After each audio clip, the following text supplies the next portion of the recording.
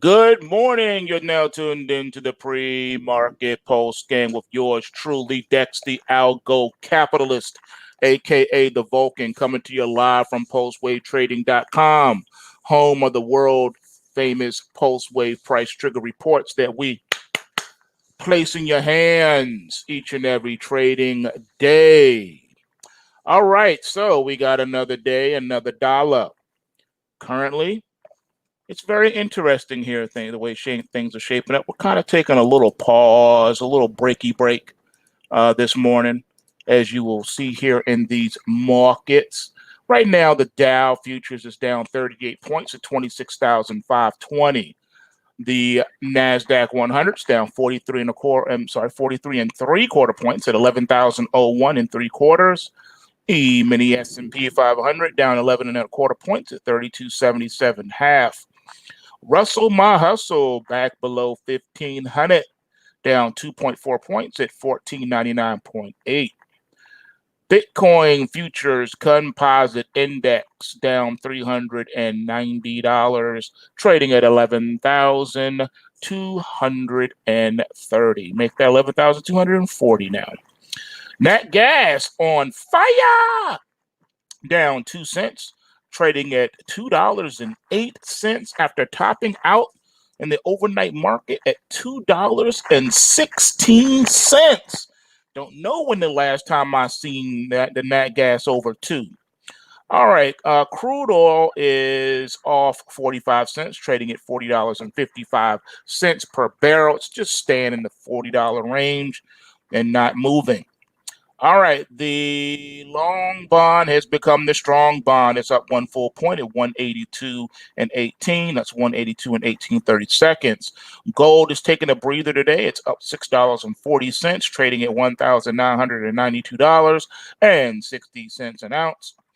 And we got silver is up 7 cents at $24.49. And we got the US dollar trading in the upper range of the 93 handle, now at 93.78, up 24 pips. The euro dollar down 30 pips at 117.41. Pound sterling down 83 pips at 129.95. The Aussie is up a pip at 71.21. Canadian dollar is up 25 pips at 134.18. Euro yen down 17 pips at 124.48. Dollar yen up 18 pips at 106.13. And the Kiwi New Zealand dollar is down 19 pips at 65.92. Going over the beans. Beans trying to give it all back. It's down 5 full points at 891 and a quarter. Topped out at 895 and a quarter in the overnight market, which is still off the day prior. Looking at corn, down 2 2/4 points at 326 and a quarter, and wheat sliding 4 3/4 points at 516 and a quarter after topping out at 521 and a quarter. So the way it's kind of shaping up with the wheat, wheat's one of those markets, you don't know what it want to do half the time. It just does it. Looking at the overnight market news, we got Trump reportedly saying that TikTok has until September the 15th to find a U.S. buyer or it will be banned, and that the U.S. Treasury should get payment as part of the sale.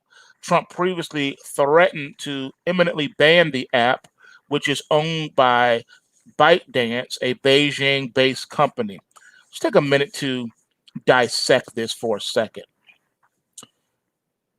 Why should the U.S. Treasury have anything to do with a company?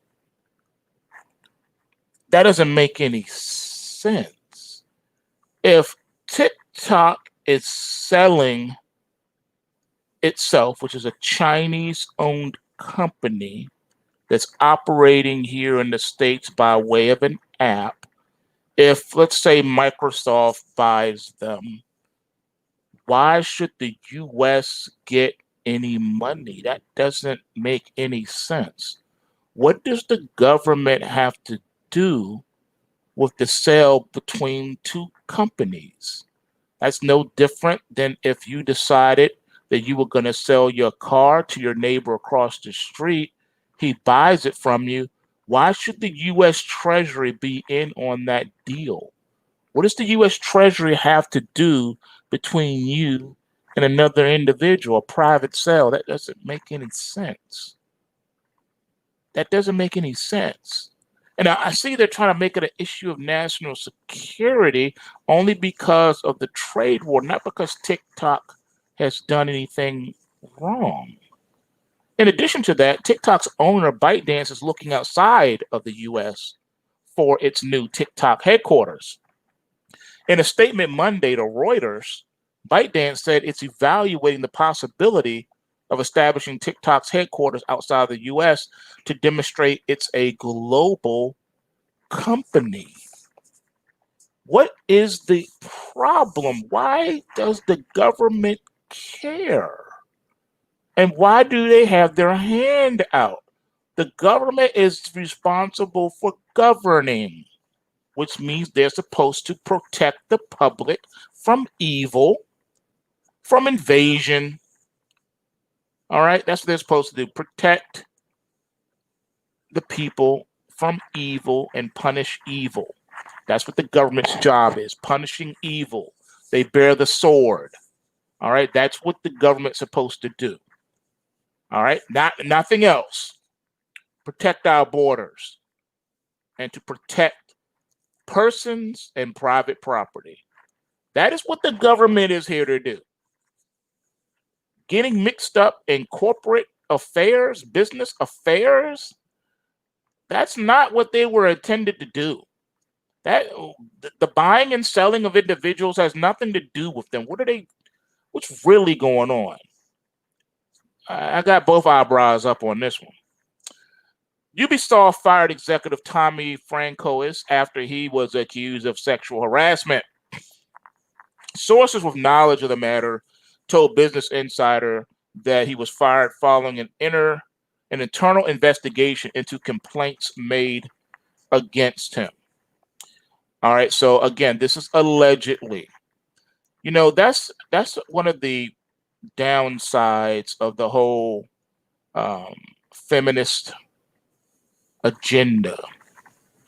They have ruined what it means and made it into a circus. What it means for people to be sexually harassed, raped, you name it. They have taken it to a whole different level and redefined the term to the point if you even say good morning to someone, they can say, oh, you're sexually harassing me. And it's gotten to the point where, of course, the law firms get involved and have taken it over now.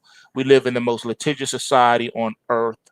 You can be sued for anything, even without merit. You're forced to go into your pockets to defend yourself. Failure to do so will automatically default to the person making the claim against you. So what most people have opted to do, corporations that is, they go ahead and dip into their coffers and pay the person off with no admission of guilt, just that it's cheaper to pay the person off because if they go to court, the jury is going to find in the favor of the plaintiff 10 times out of 10.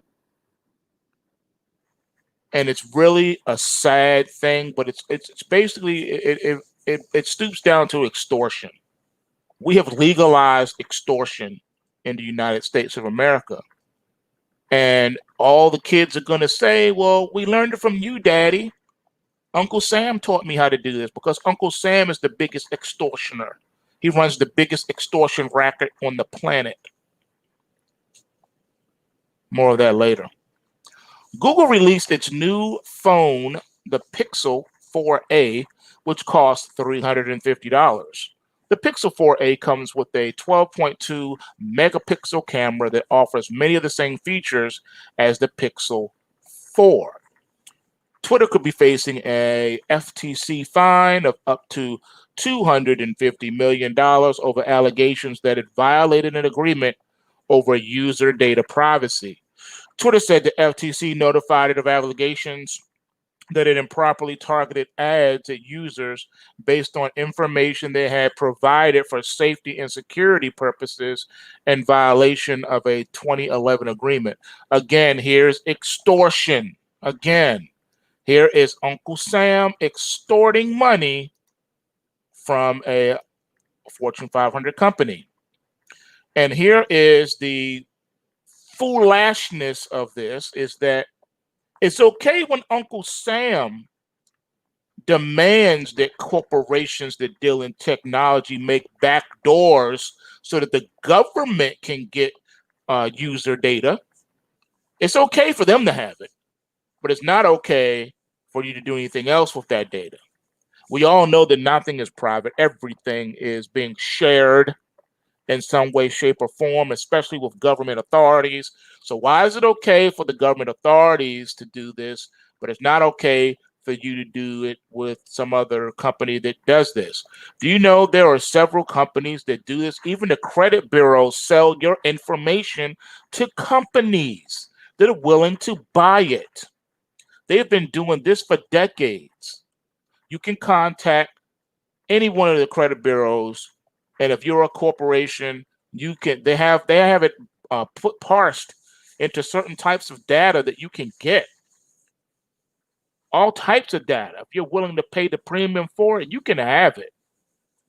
So the fact that they're leaning on Twitter, it really just boils down to nothing more than extortion. The FTC is saying, we need to raise some money here. Who can we go after? Let's go after Twitter. Let's make them give us $250 million. It's extortion. Why is it illegal when Al Capone and all the other gangsters did it, but it's not illegal when the government does it? Because that's all it is. These so-called fines and levies is nothing more than extortion. They're saying you have to break us off a piece of the booty.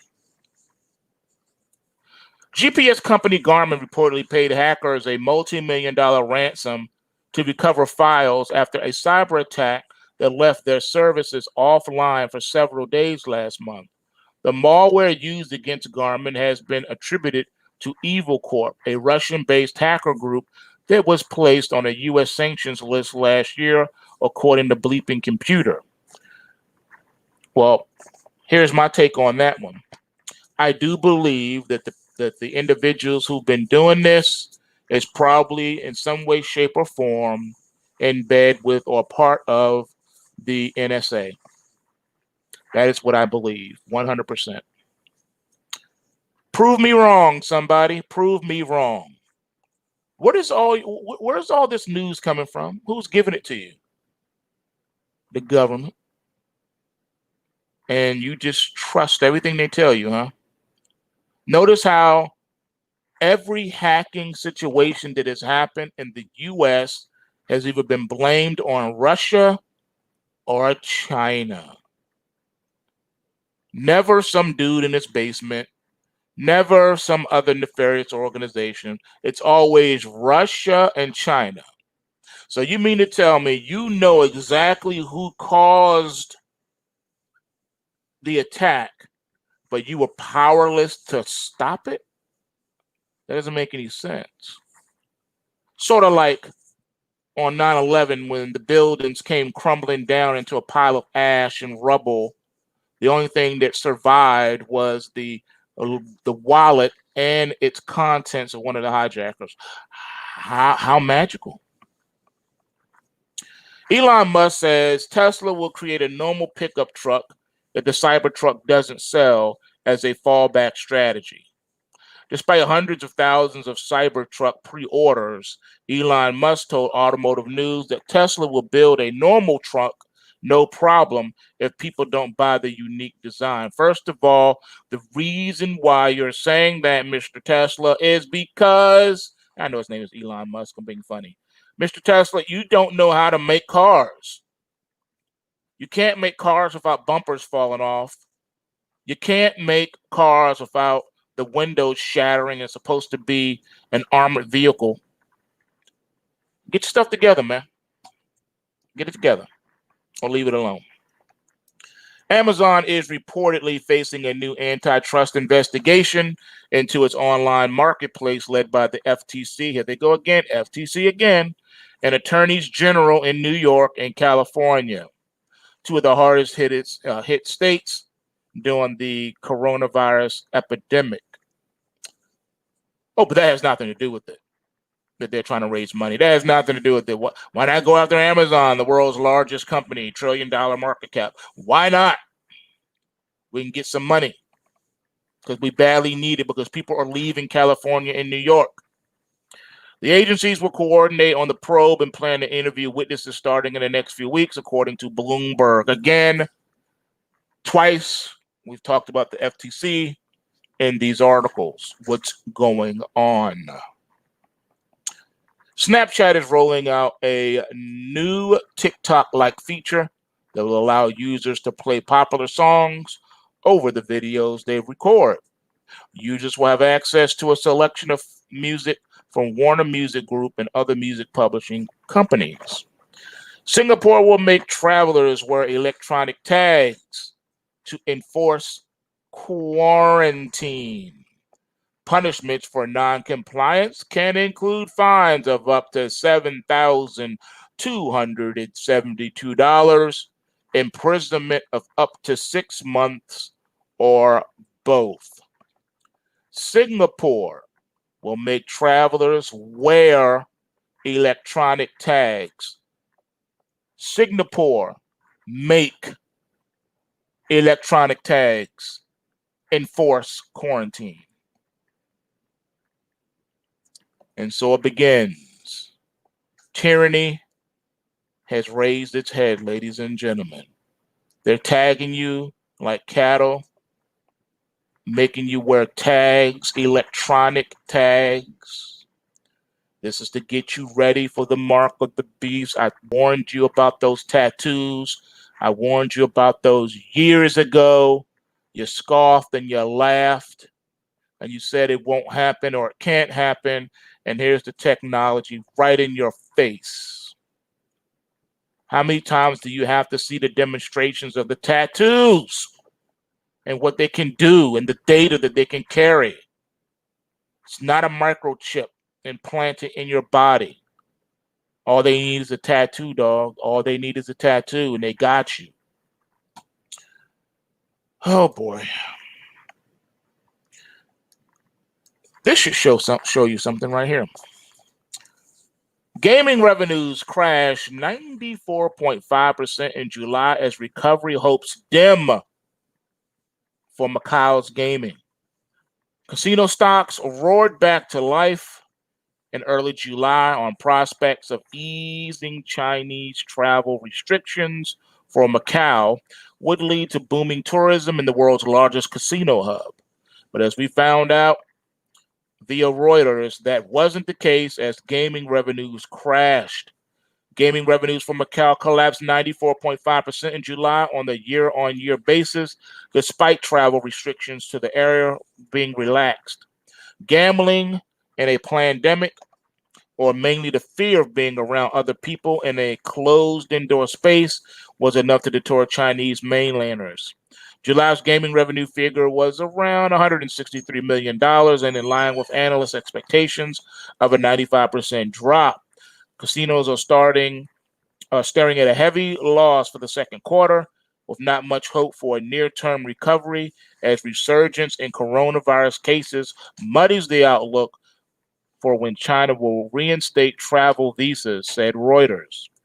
Even with travel restrictions eased, Macau last month saw about 2,000 visitors per day, or about 98% reduction in traffic from its usual 108,000 daily average in 2019.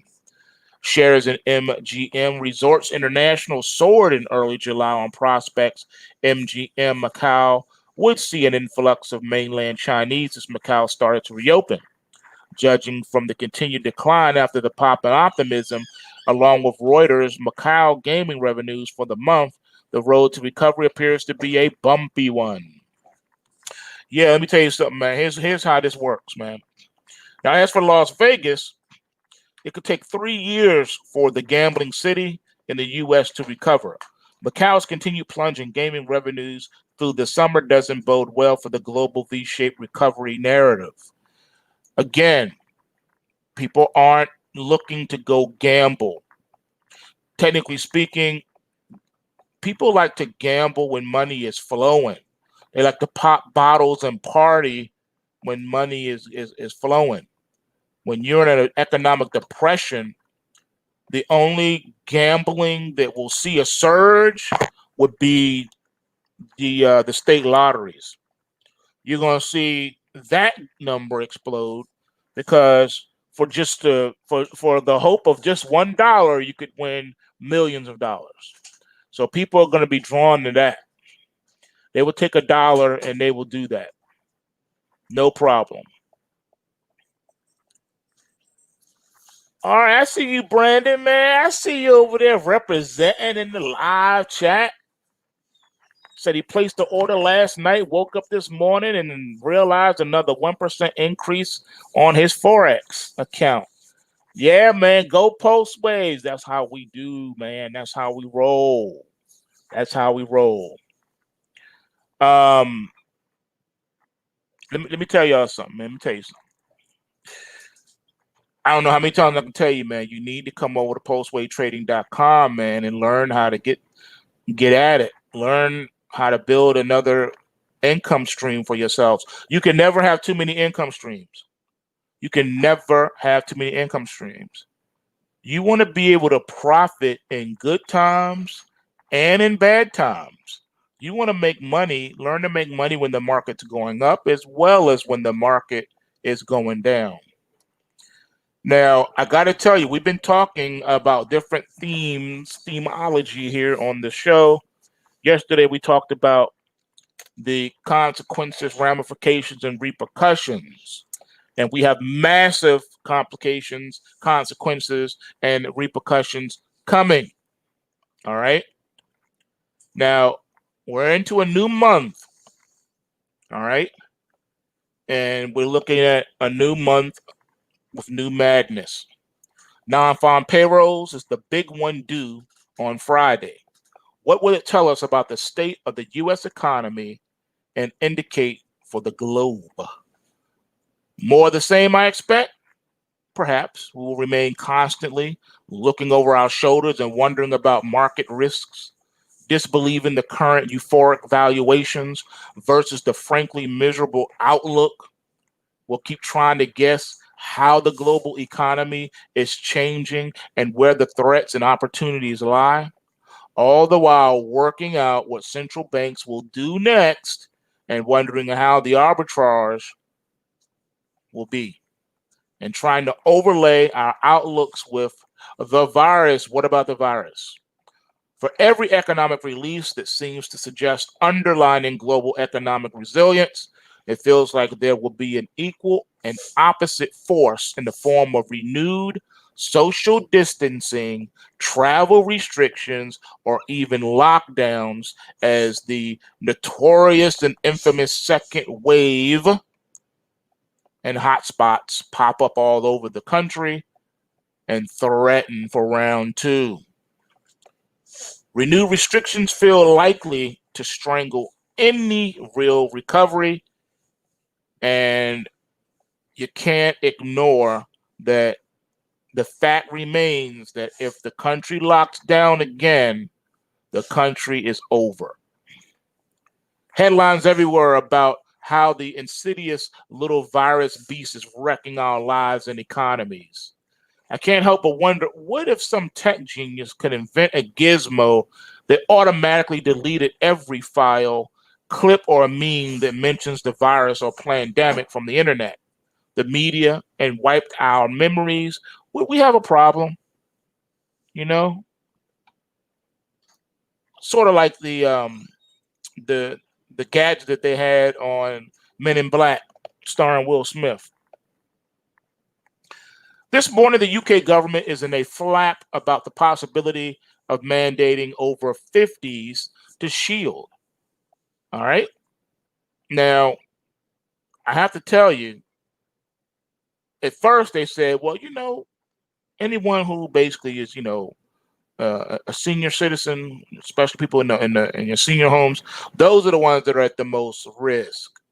Okay. But how about the investment analyst headline saying the market can't deny economic gravity indefinitely? Well, the truth is actually they can. The reality of the last 5 months since March is that you can't fight global central banks. QE Infinity version 2.1 distorts markets even more dramatically than the original QE 1.1, which simply distorted markets by keeping rates artificially low. When it all goes inevitably wrong, because it will, then QEX Power 3.1 will see markets bailed out again and again and again ad infinitum. The problem is there are consequences. Massive consequences are coming, and they are unavoidable. All right. Now,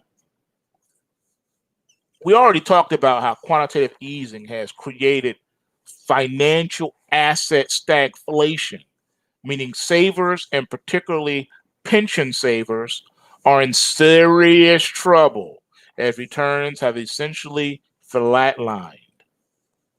All right? Flatlined. Sort of like the JDST that Shane just posted in the live chat. Flatline, man. That's it. It ain't getting up.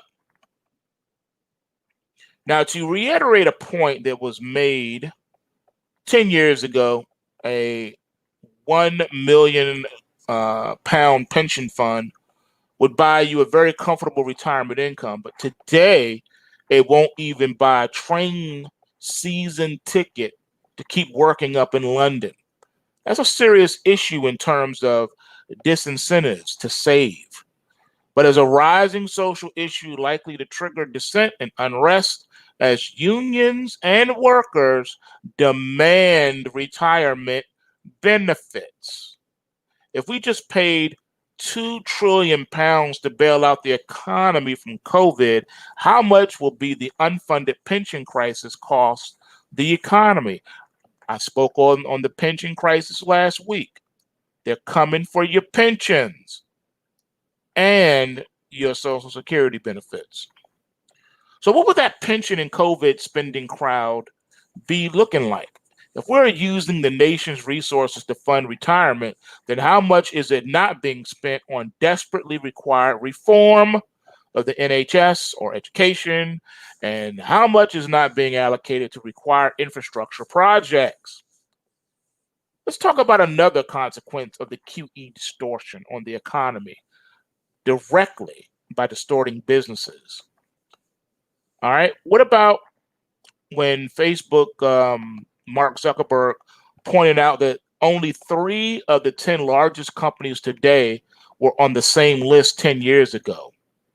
It shows dynamic capitalism works, but it only works where it is free to do so.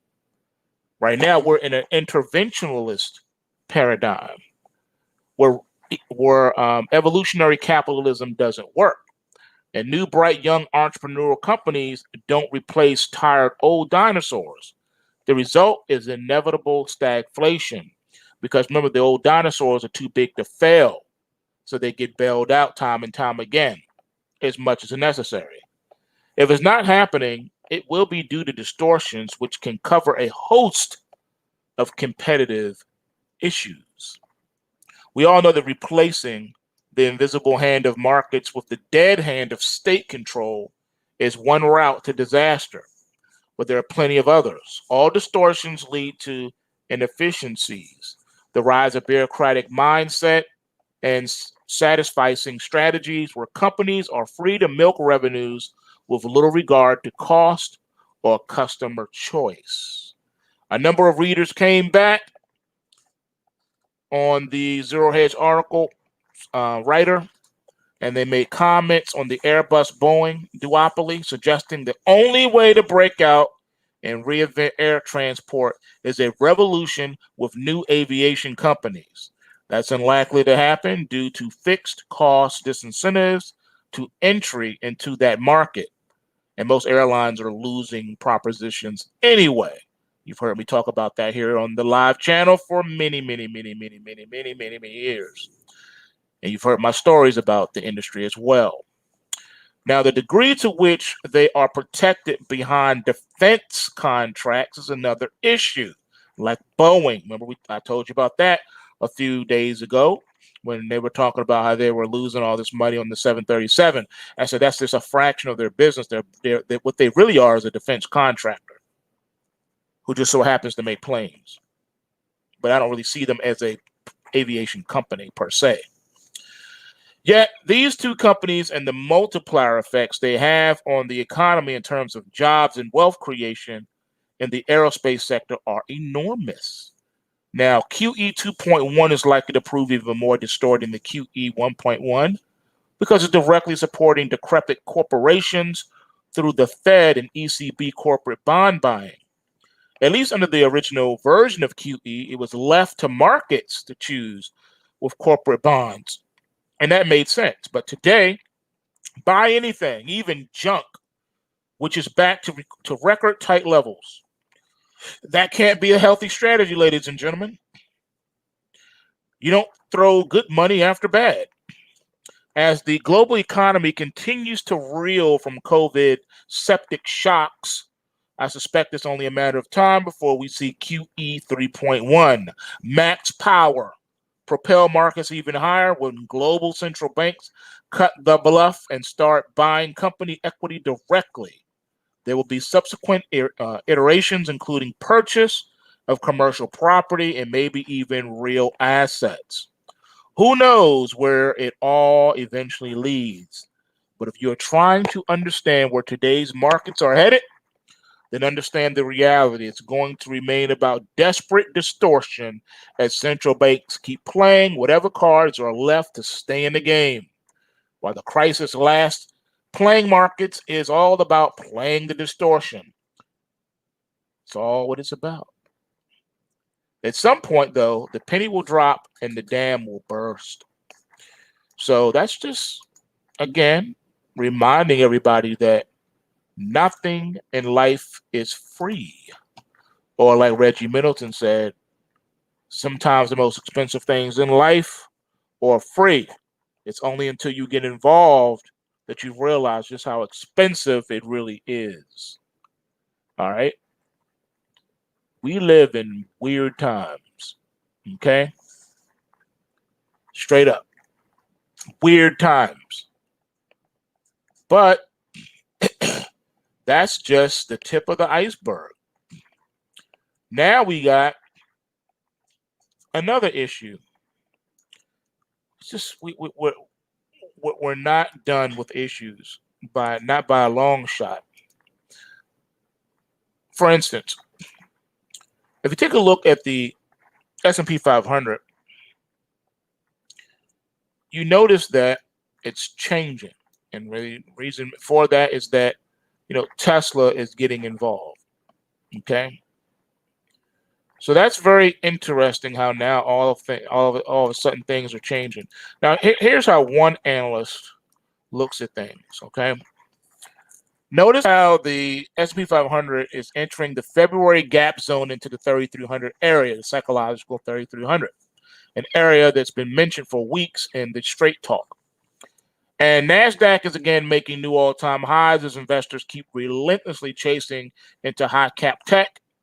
It may be worth pointing out that something's rotten in the state of markets. And no, it's not valuations, although that's a discussion on its own. Rather, it relates to a specific component of equal weight, namely the banks. The price action is an absolute horror show. Just look at the year-to-date performance versus the NASDAQ, which is odd considering that all that is supposedly positive. Banks exceeded expectations in recent earnings. The Fed has been supporting the banks intensely, including propping up the entire distressed debt sector by buying high-yield debt and pushing the junk prices back to near highs. And you can look at the J and K ticker for the junk bonds. Not only that, but the Fed has managed to completely reverse the stress in financial conditions. And now the Atlanta Fed is talking about nearly 20% plus GDP growth for the third quarter of this year. So why is there no sign of life in the banking index?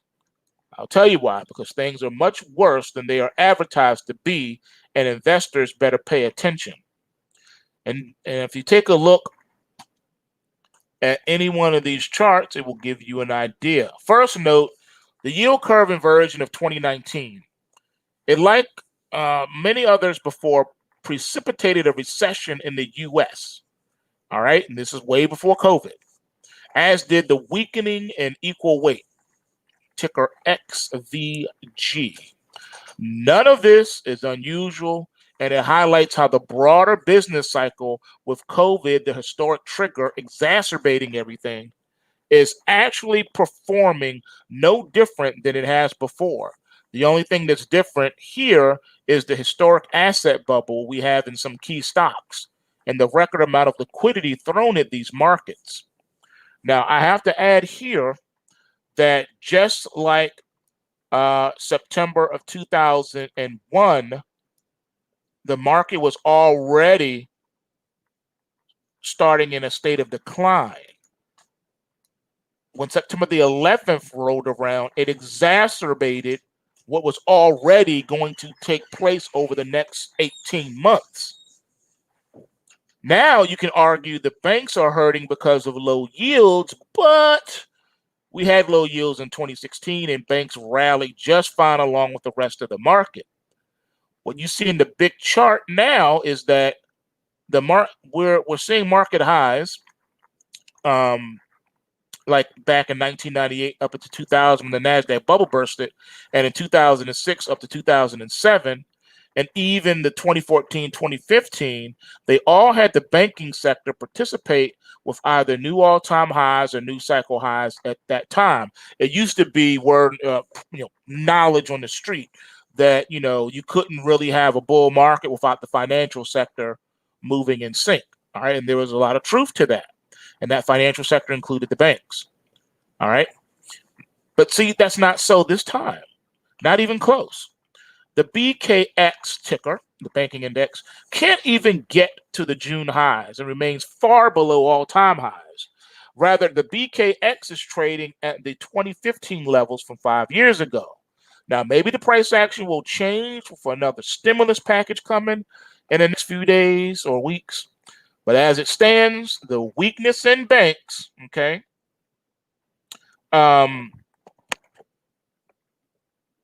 let's see here. The weakness in bank signals larger structural issues brewing that the market is currently ignoring.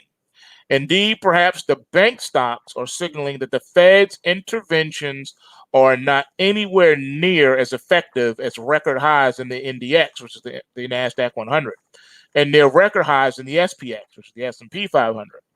The previous and smaller recessions, in comparison, have had price consequences that lasted years. The current main index price action has you to believe that the price consequences only mattered for 4 weeks. And that is not the case. Not at all. We'll likely find out more following a decision on the next stimulus package. But if markets are supposedly forward-looking, then perhaps everybody should ask themselves, what are the bank stocks seeing that the rest of the liquidity-drenched market is currently ignoring? Yeah, that doesn't pass the smell test at all, does it? Something does smell and look rotten. All right? We got to deal with these things. We cannot ignore them. But meanwhile, what is really going on behind the scenes is that they are feeding us distractions. They always want to feed you distractions from what's going on economically speaking. Now, all of a sudden, the Pentagon's new UFO disclosure, 75 years of MKUltra PSYOP, is what that really reveals. Okay? What you do? What would you do? if the American and British governments both revealed that their secret UFO programs would declassify material from each nation's respective national archives? What if you found out that leading politicians like former House Majority Speaker Harry Reid had allocated $22 million of taxpayer dollars to UFO research, and that Obama's former chief counselor and rampant pedophile John Podesta has openly called for UFO disclosure on several public occasions since 2002, or that Hillary Clinton herself called the UFO disclosure during her presidential campaign pledges of 2015. Would you believe these claims, or would you remain skeptical? How would you decide what to do? With the July 23rd public statement from the Pentagon that off-world vehicles not made on this earth have been kept secret for decades, this question has become extremely important. Major opinion shapers like Joe Rogan, Tucker Carlson, and even Russia Today have promoted the cause of alien disclosure for the past few years, and with the most recent Pentagon announcement, fascination in little gray men has spread like wildfire. Who's playing this game? For the past several decades, government-sponsored UFO research has largely been driven by the work of private subcontractors like Bigelow Aerospace, which was founded by billionaire real estate speculator Robert Bigelow, who allocated large swaths of his fortune to the creation of organizations like the National Institute for Discovery Science, which have always worked in private capacity with governments and academia. One of the Bigelow's biggest tools was Senator Harry Reid, who not only received generous campaign funds from the billionaire between 1998 and 2009, but also allocated tens of millions in national defense funds to his company starting in 2007.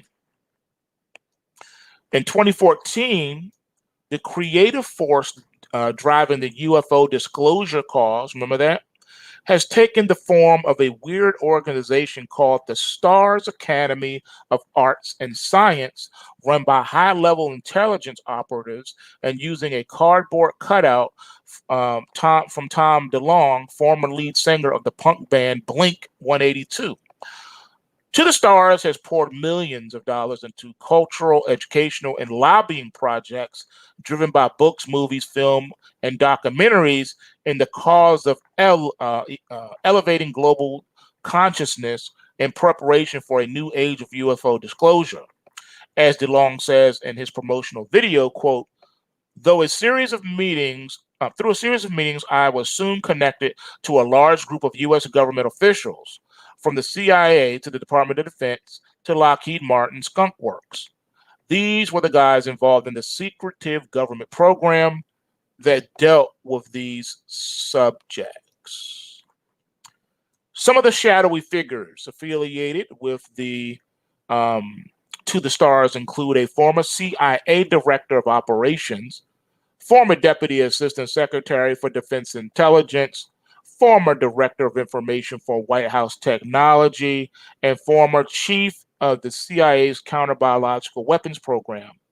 Both Podesta and Bigelow's Aerospace have also worked closely with the long strange group over the past, not one, not two, not five, but 6 years. Bigelow is not the only billionaire who has allocated their vast fortunes to the cause of UFO truth. Interstage left the Rockefeller Project. In 1993, the Disclosure Initiative was created by none other than financier Lawrence Rockefeller, the fourth son of the Standard Oil founder John D. Rockefeller, which had a twofold purpose. One, unite all of the largest UFO research organizations in America under one umbrella organization, which was promptly accomplished within 1 year. And two, massively lobby the Clinton administration to declassify millions of documents, which was done in 1994, revealing little more than mountains of anecdotal testimonies and correspondences. During the heyday of the Rockefeller UFO Disclosure Initiative, The Clintons stayed at the Lawrence Rockefeller Ranch in Wyoming, during which time an early recruit to the disclosure mission was Clinton's chief of staff, John Podesta. Podesta started going public with calls for UFO disclosure in 2002 and has continued to work with figures like Bigelow and To the Stars Academy over the next 18 years. A fuller overview of Lawrence Rockefeller's other civilization shifting programs from the 1950s to the 1990s can be Googled and looked up. During the Clinton White House years, Lawrence Rockefeller recruited a bodybuilding biologist named Stephen Greer to become the controller of the Disclosure Project, which has provided his meal ticket to this very day. Greer has given thousands of interviews promoting the narrative that the NASA's Apollo lunar projects were stopped in 1972 merely because the aliens who had been stationed on the moon for eons didn't want the truth to leak out, but were at least kind enough to let the U.S. keep the technology they gave the U.S. earlier in Roswell in the 1950s. If you believe in Greer's narrative, which gets much crazier, I promise, the human creative thought is actually not as special as the shadowy forces controlling the government wanted you to believe, since space technology only existed because we stole stuff from ETs. Pretty much any inspired awe in universal creation and the power of the human mind to discover the creation with the effect of making life better through scientific and technological progress would easily be killed from this outlook. The question an intelligent person should now ask are the following. One, why would a leading figure of the Rockefeller dynasty devote the last decades of his life to the cause of UFO truth? Number two, did Lawrence Rockefeller or those on his payroll or those in the CIA actually care about the right of the people to know hidden truth? Or is this the plan just designed to misdirect the minds of credulous and jaded citizens into an invisible cage? Or how about, might such a misdirection prevent people from dealing with issues of Americans' conversation into Nazism and accelerating disintegration? Or finally, is it possible that these pedophiles and globalists and Malthusian billionaires care less about the truth and more about inducing Americans to fixate on aliens while the Republic is destroyed under economic collapse and war? I think it's more of the latter. All right, let's square the crop circle. A large portion of the Disclosure Project's work has gone into the investigation of crop circles, which were first recorded in the late 1970s in Britain, and which have the peculiar characteristic of becoming increasingly well executed and complex over the course of 5 decades. Live Science reported that the first real crop circles didn't appear until the 1970s, when simple circles began appearing in the English countryside. The number and complexity of the circles increased dramatically, reaching a peak in the 1980s and 1990s when increasingly elaborate circles were produced. My question is, if transcendental alien races traveling at faster than light speed have been leaving encoded messages to the US, then why would their artistic skills have been improved so dramatically over a few years? That's just a question. You know? Yeah, well, why would it have improved? It started off with just little plain circles, then it got all super elaborate. How is it that their skills improved so dramatically over a few years? Something to think about, right?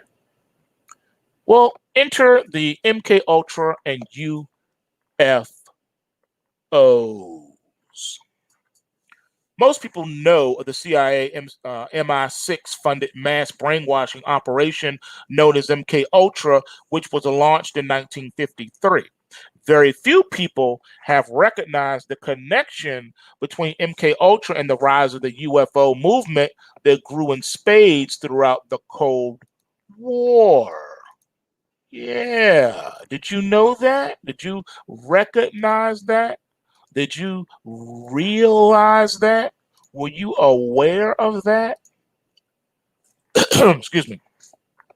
Now, while the U.S. and the while the U.S. government and the UFO investigations did occur in piecemeal starting in 1947 under Project Sign 1947, Project Grudge 1949, it wasn't until 1950 that official taxpayer-funded departments were created in both nations to pursue UFO research.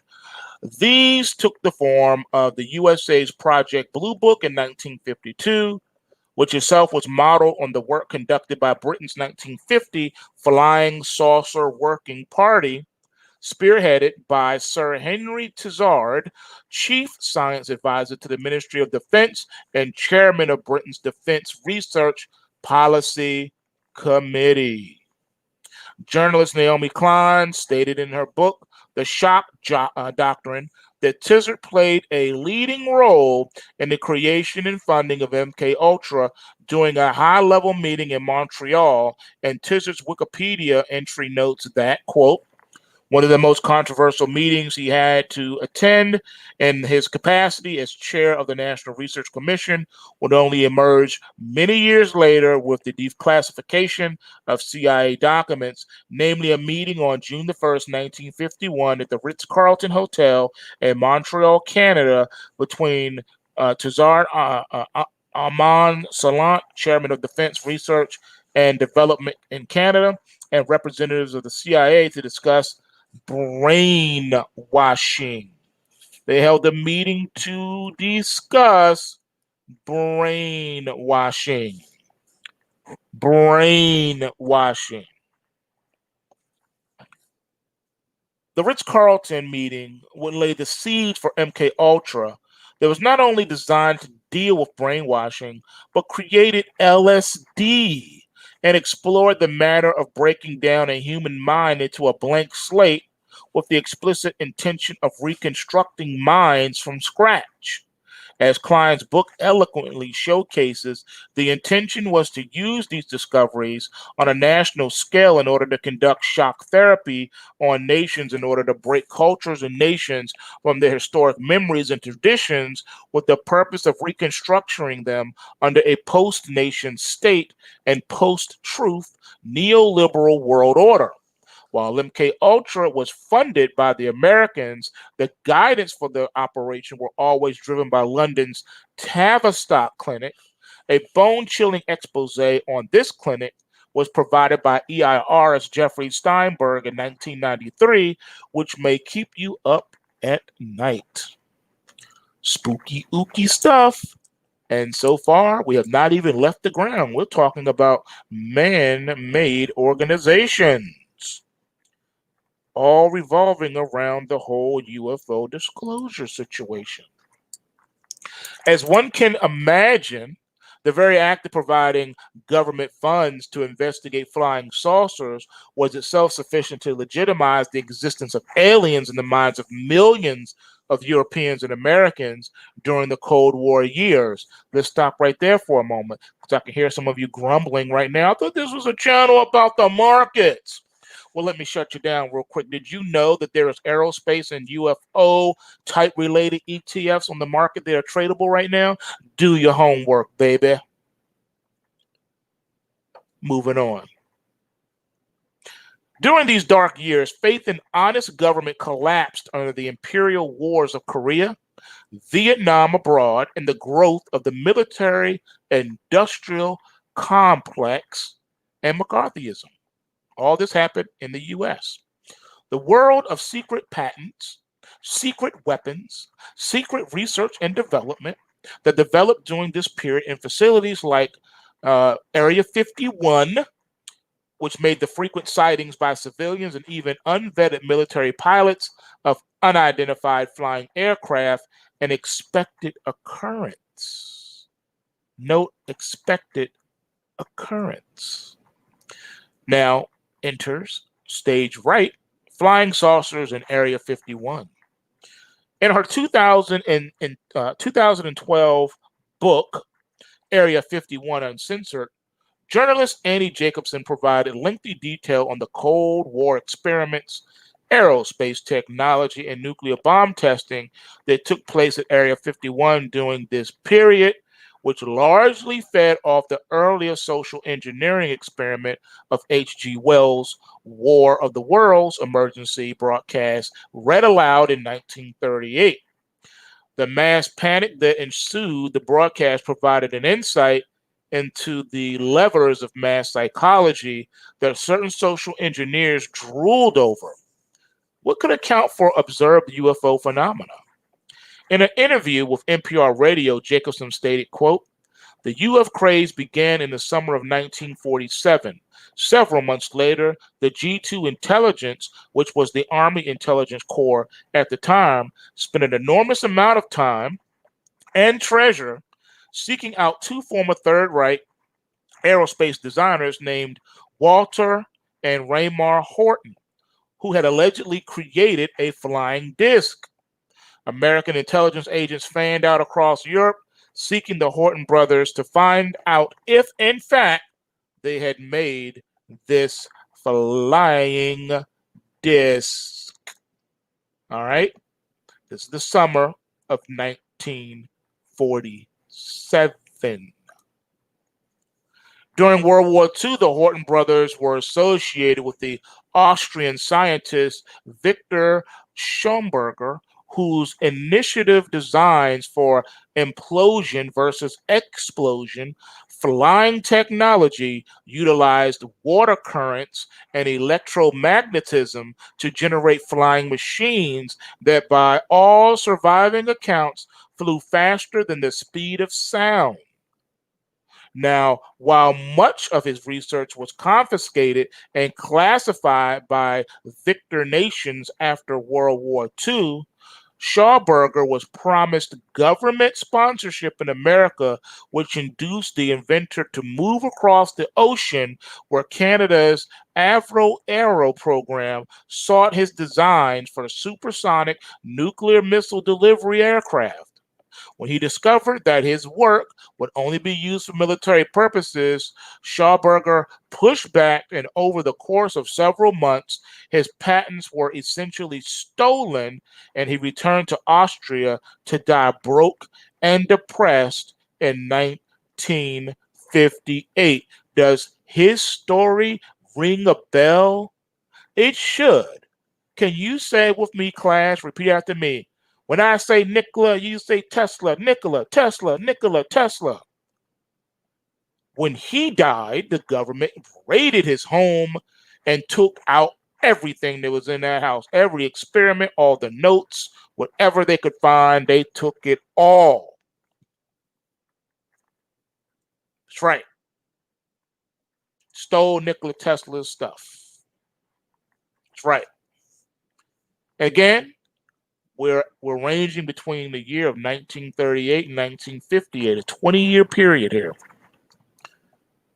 which leads us to the strategic importance of space. It was never a secret that the post-1971 globalized world order, championed by the likes of Sir Henry Kissinger, David and Lawrence Rockefeller, and other Malthusians throughout the 20th century, was always designed to collapse.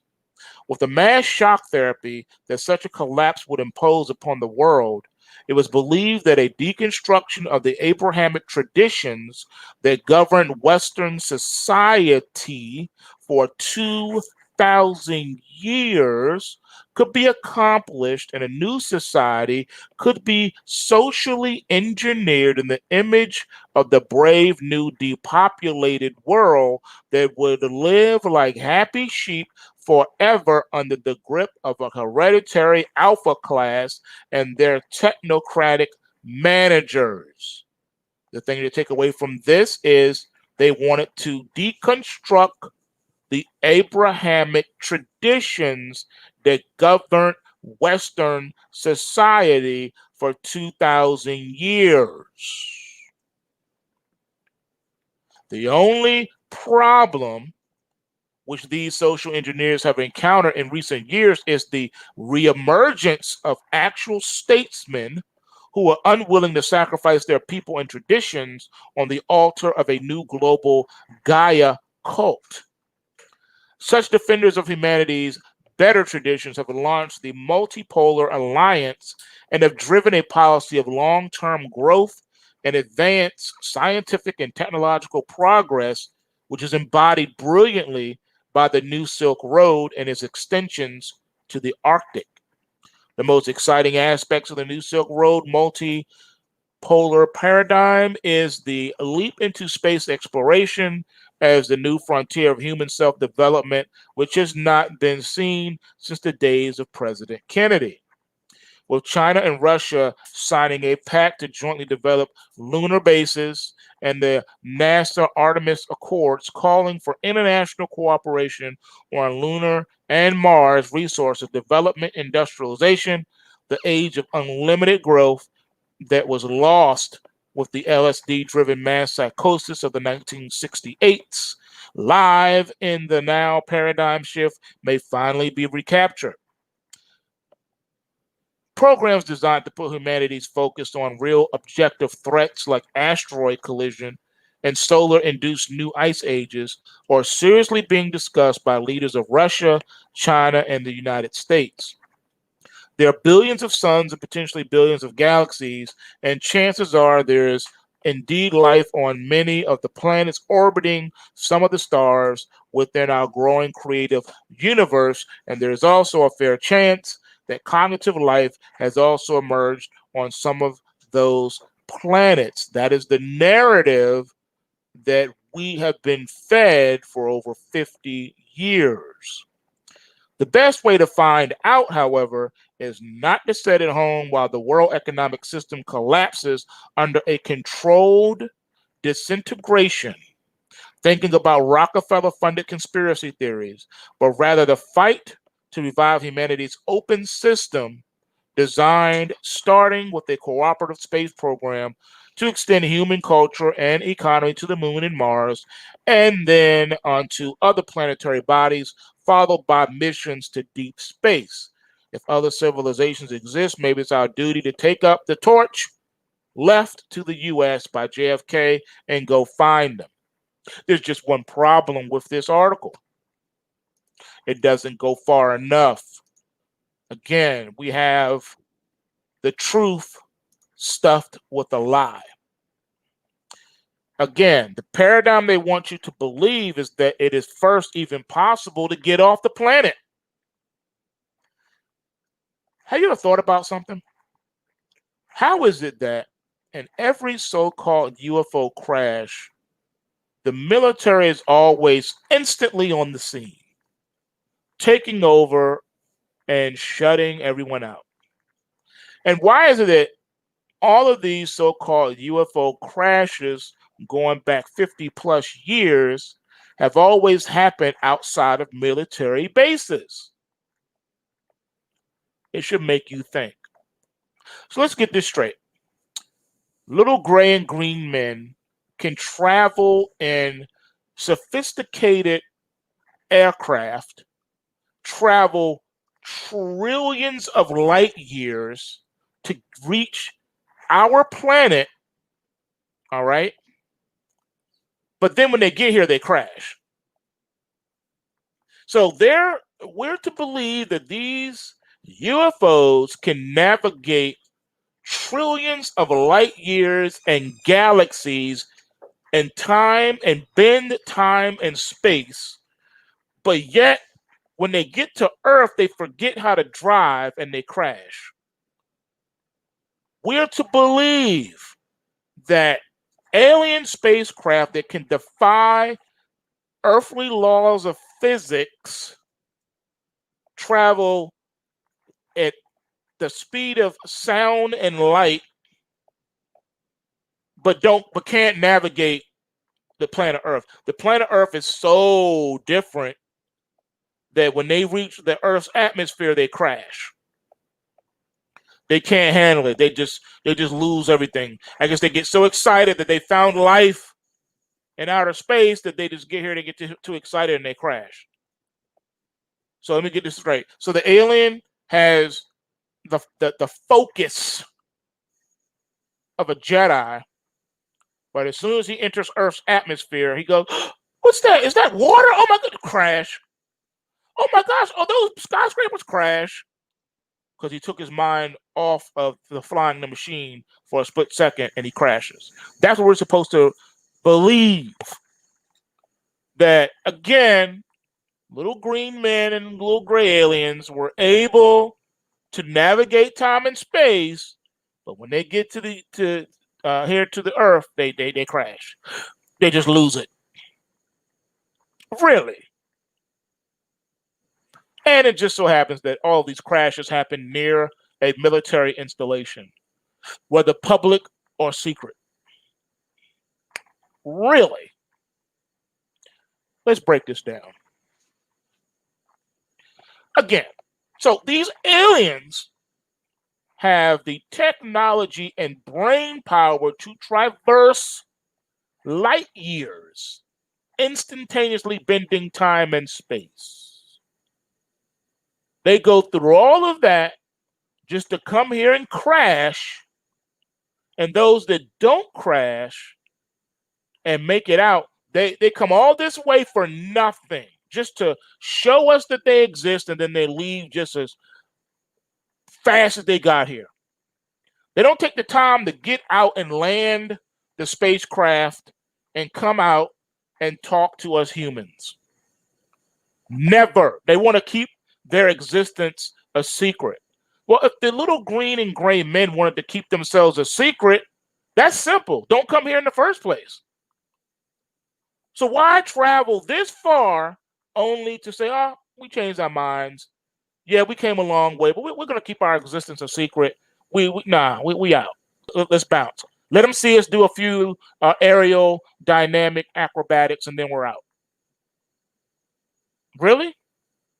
And for all the so-called infinite space planets, how did they find ours?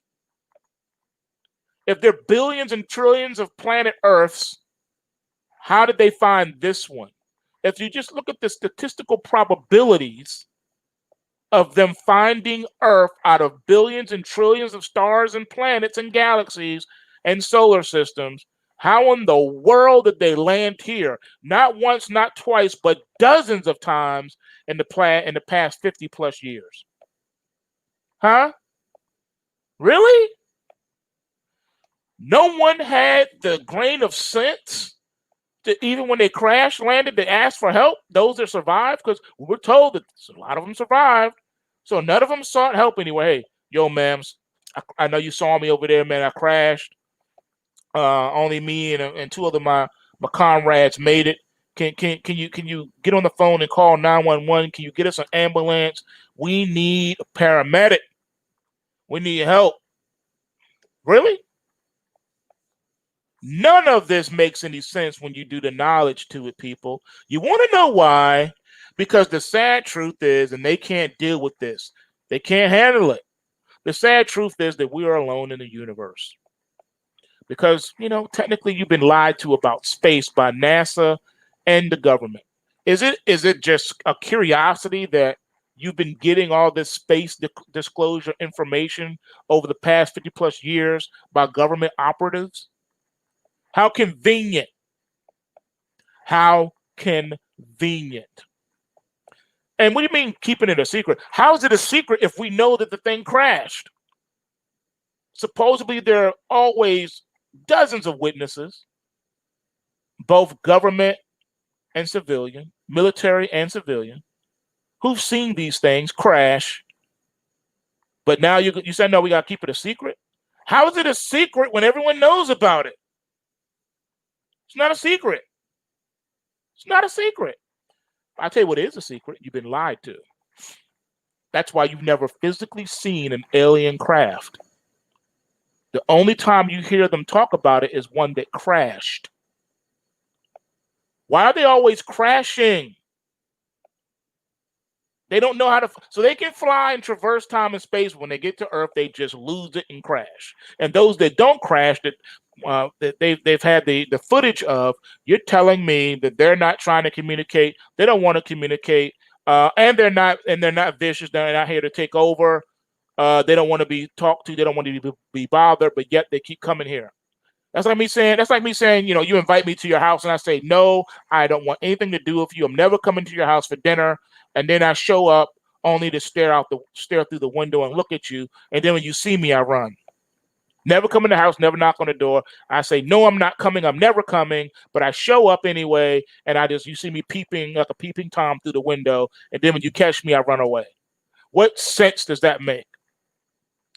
You say, no, I'm not coming. You travel all that way to get there. And then when you get there, instead of going inside, you peek through the window and then you bounce. You jet. Doesn't make any logical sense. These are supposed to be superior beings with superior intellect and intelligence, but they don't have the common sense to knock on the door and come in. Really? And out of all the crash landings, none have ever survived. Really? They want to keep it a secret. Really? So the U.S. wants us to believe that they walked on the moon, but haven't been back since because they claim they lost all of the plans and technology to get there again. Really? When the truth is, you're never there in the first place because you can't leave the planet. You can't get off the planet. Why do you think the government went through so much lengths to attack any scientist, any engineer, any aerospace engineer, any rocket scientist, any physicist, any theoretical physicist, any mathematician who spoke out and said, hey, you guys, the Bible's correct. We live on a flat earth. And there is no such thing as outer space the way you've been told. And no, the earth is not some ball traveling at 1 billion miles an hour through space, hurtling in circles. No, we don't live upside down. They don't want you to see. That's what they want you to think that we're on a ball earth and that planets and stars are just traveling through space and in these orbits, and the ball is spinning, but you don't feel it. The earth is spinning at like 30,000 miles a second, but you don't feel it. Oh, and don't forget gravity. There's a thing called gravity, never been proven. There is no gravity. It's mass and volume. That's why if you take helium, which is lighter than air, and put it into a balloon that is not lighter than air, what happens? The physics, it floats higher. Gravity would make that not happen. But here we go again. If you see the wind blowing, you see feathers that are light also flying through the air and can stay suspended for a little bit of a time because the mass volume is there.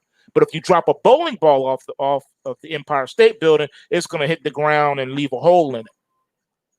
But if I drop a balloon off the Empire State Building, it does not fall the same way. It's mass and volume. If you take something with mass and volume lighter than air, it's not going to fall. It's going to just float. But they want you to believe there's such thing called gravity. If there is a such thing called gravity, why is it whenever they want you to believe that a rocket has taken off from space and you're upside down because you're in a country that's considered at the bottom of the globe, why doesn't everything just fall off? Oh, well, there's no gravity in space. How convenient. So if there's no gravity in space, how do you steer? How do you steer your rocket if there's no gravity in space? Doesn't make any sense. But they want you to believe that planets with no atmosphere, like the moon, you can just land there, and then in order to take out, how did it even take off from the moon, supposedly? If it takes a rocket with these huge tanks to take off from Earth, how do they get off the moon if that's what's necessary to get off the planet? Oh, there's no gravity on the moon. Then if there's no gravity on the moon, how come all the footage we saw you guys of so-called dancing on space, whenever you jumped, you always came back down? Well, it's a little bit different, but there's no atmosphere. See, they don't tell you the truth because they don't want you to know. Because if you knew the truth, it would point you to the direction they don't want you to go, and that's the Bible. It proves that everything that God told you about creation and his plan of redemption for mankind is true and trustworthy. And their plan and their agenda is not. That's why you've never seen a little green grave alien. You've never seen an interview with one. You've never seen anyone chilling with one. You don't know anyone who says, yeah, I have alien friends. His name is Robert. Why don't you come over tonight? He's going to come over for dinner. We're all going to sit down and talk about, the life on his planet. It doesn't exist. They don't want to deal with these things. And they don't want you to deal with it either. That's why the government spent all this money to scrub the internet of any scientist, aerophysicist, you name it, that did any type of documentaries on the subject of the quote unquote flat earth. What they paraded in front of you is a fake flat earth society full of numbskulls and idiots that can easily be debunked.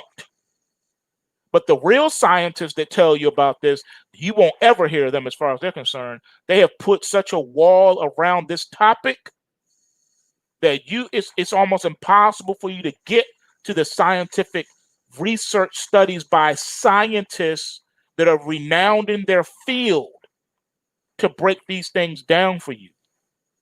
Every time they've done it, they've always come out. What they do, the strategy was crazy.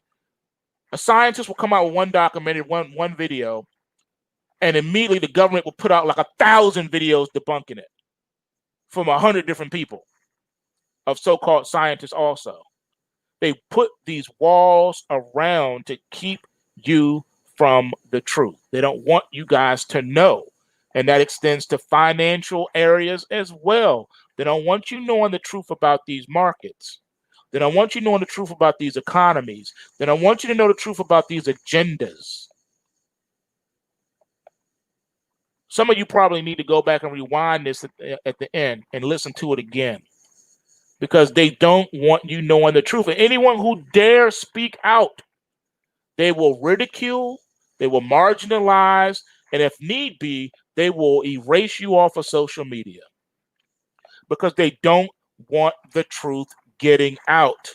All of the well-documented, researched videos and documentaries on the subject have been erased, scrubbed from the internet.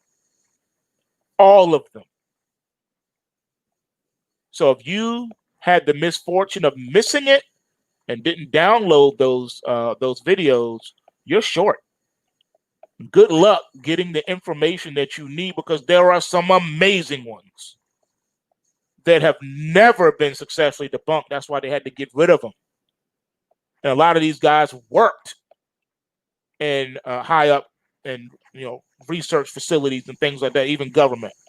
And they break it down to you what they saw. So here's what it is in a nutshell. All of the physical alien crash sites are all government experiments, government machines, all of them. Not one is extraterrestrial. Not one. Not one.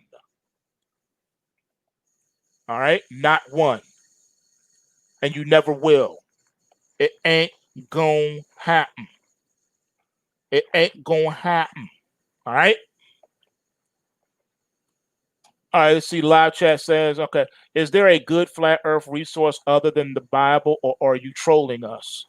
I have mad resources on that subject. So, yeah, there are. All right, now, so on the physical side of this argument, it's all government machines, military machines and testing. All right. On the other, see that there's two sides of this. All right. The first side is the aerodynamics, the aerial phenomenon. The aerial phenomenon is real, but it's not what you think it is. The physical parts, when you see recovery crafts, that's all government. What they decided to do, because they know they couldn't explain away what you were seeing in the sky, they had to come up with a physical response to keep you in the dark. So they say, yeah, those aerodynamic physical things you've been seeing, yeah, man, yeah, that's yeah, we don't know what that is, but it's them. They're the ones trolling you, and they've been trolling you for 50 plus years because they don't want you to know the truth about the things you are seeing in the sky. The things you are seeing in the sky are the manifestations of the fallen angels, and that's how they manifest to perpetuate this disinformation and to deceive you. They want you to think that there's life on other planets and that you can even leave Earth. You can't. No one has. And yes, I got mad crazy resources on that. Yeah. Did you ever stop to think about the whole space situation? Do you know that every rocket that they ever tried to blast off here in the United States failed miserably and crashed? And then all of a sudden one day, hey, we went from crashing our rockets to now we're on the moon chilling because they had to beat Russia to space. It was fake. You don't go from, oh, we can't even blast a rocket in the air without it crashing to, hey, we're on the moon now. What a leap. Fake, you guys. Fake, fake, fake, fake, fake. A lot more can be said about that. Maybe one of these days I can build some type of repository somewhere where you can log in and download the information. I have to look into that, and I have to find some time to do it. But yeah, they don't want you to know that the Bible is correct. They don't want you to know about any of that stuff. They want you to look at their MKUltra mind melding Vulcan Jedi mind tricks that they want to put on you to keep you from the truth. So yeah, moon landing 100% fake. I got the actual documentation. I got the actual video footage to prove it. Yeah. And it's funny because even people who have spoke out against, like I said, sometimes they're very successful in co-opting those people and threatening them and making them change their mind about stuff. It's really sad. It's really sad, man. So anyway, that's all I got for y'all today. Just some things to think about, you know, just I want y'all to be able to, you know, open your minds up, you know. Okay, so keep your head up, be encouraged. And with that being said, PulseWaveTrading.com, come over here and break bread with us. And everyone else, I'll see you guys for the end of day report. Yesterday, sorry, I ran out of time. I couldn't get the end of day report done because I had to work out some issues here with the PulseWave reports, and that took me a little bit later than normal. So sorry about that. But today is a new day, so we'll shoot for today, Lord willing. Yep, SpaceX is also fake. I have actual documentary footage from scientists, like I said, that shows exactly how that's done. Yeah, like for I'll give you a couple of pointers just real quick. Okay, have you ever noticed whenever the rockets have taken off, right? There was always a camera. How are you able to put a camera with that kind of HD quality before those kind of cameras even came out in the market, showing everything about the rocket, why it was in the Earth's atmosphere? But as soon as it supposedly left Earth's atmosphere, the camera would turn off. You never saw it like all the way until the end. It would always cut out once they got to that certain point. And there's documentary evidence showing what they do is they shoot a rocket up. You ever notice how the rocket always slants and goes into like a U, like a dome? You ever notice that the rocket goes so far, but then it starts to like turn and lean, and that's because what it's doing is the rocket is traveling that circumference of the dome, because we have a dome, and it goes out to sea and crashes in the water, and then they time it to actually, when they say okay it's coming back to Earth, what they do is they turn off the footage. You don't see the rocket anymore because that's why it turns, because it's going out to sea. And then what they do is they launch from another place the space shuttle. They launch that from a different place so that you see, okay, we got the space shuttle's hitting the atmosphere, and then you see the space shuttle come down and land. Oh, wow, what a successful thing. Okay, so that's what's up. Yeah, I see gold and silver taking off right now. Again, if you're not subscribed to the PulseWave price trigger reports, I don't know what to tell you. I don't know what to tell you. I mean, this is real stuff, right? All right, I'm out of here, guys. Be encouraged, and remember, bulls make money, bears make money, and pigs get slaughtered. So remember to take what you can and give nothing back. And I am out. Purge.